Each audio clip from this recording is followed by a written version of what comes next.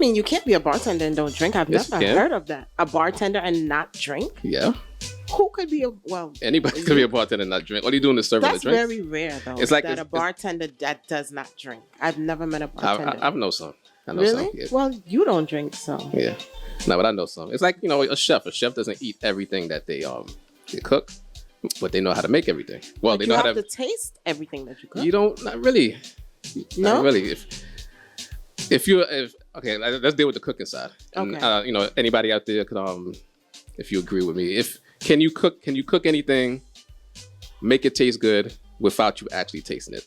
So technically, I guess we have two questions going on for tonight. So that is true because I've experienced that somebody cooked, but they did not eat meat. But at the time, I was eating meat, so it tasted good, but they never tasted the meat. Right. But it tasted good. So I guess you're right. Yeah. So because Yeah. if you're good, you're good. So you know how to make something. It's like So there's no need like for a you to tailor taste it. and the same seamstress. They can make clothes. They don't have to actually wear it themselves. But you could watch somebody else, what they want, like, know their pattern, their fashion, and you can make something. So, yeah, you don't necessarily have to try what you make. Huh? Yeah, so you have bartenders out there that But that's very rare to be a bartender and not drink. I think that's like very, very rare. yeah. Now, in terms of being a chef, she said if you're a good chef. Well, she said not if you're a good chef. Yeah, if you're a good chef, you don't necessarily have to taste the food that you're eating. Nature says you just get other people to eat it. I mean, other people to taste it. So, but if you're cooking for people, it's like, they'll let you know if it's good or not. But if you're a good cook, you don't necessarily have to eat what you're making. So it's the same thing as being a bartender. Like, say a bartender only drinks beer. Because, some people can't take the strong drinks. Right. But they still know how to pour shots and make something that's That's true, yeah. delightful for people to get them nice and all that stuff. So yeah, how would you know about that? You don't get nice. no, I mean, I've seen bartenders work. So okay. It's a good thing you don't drink.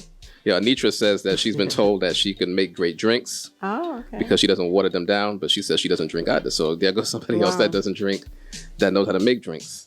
And Mary says you can cook without tasting it and it tastes good. Them, so yeah. So I couldn't be a bartender because I think I'd be like tasting everything, and that would be bad for business. And Nichelle says I'm a big cook. I'm not even a small cook. I don't cook at all. So that's a different story. I mean, and that's another thing. Some people can only make like large amounts of food. Because I guess like if let's say you have a big family, so you're always used to cooking. Right. Like some people can't cook like maybe 1 cup of rice because that's nothing to them. Some people, they have to cook like 5 cups of rice or, Because they're used, like you said, they're used to the volumes. Mm-hmm. So they're not used to measuring stuff out like that. So they're used to the volume. So yeah, that's basically what they would get to. Okay. Cedar says that she always has to taste her pot. So she's one person that when she cooks, she has to taste what she's eating. So, getting mixed reviews from the people out there. I mean, if it's something I guess you always cook, maybe there's no need to always taste it. If it's something but maybe if it's something new you're experimenting with, maybe you would want to taste it. Because sometimes you could put too much salt, not enough salt. Yeah. And I guess that's where knowing what to do and, what being a good cook, being a good chef, that comes into play, that you don't necessarily have to taste it. You would know just by your hand whether something is too much or is not enough. The Gallery every Tuesday. Miss Stacy, Nicole Renee, and Bad Man Benny.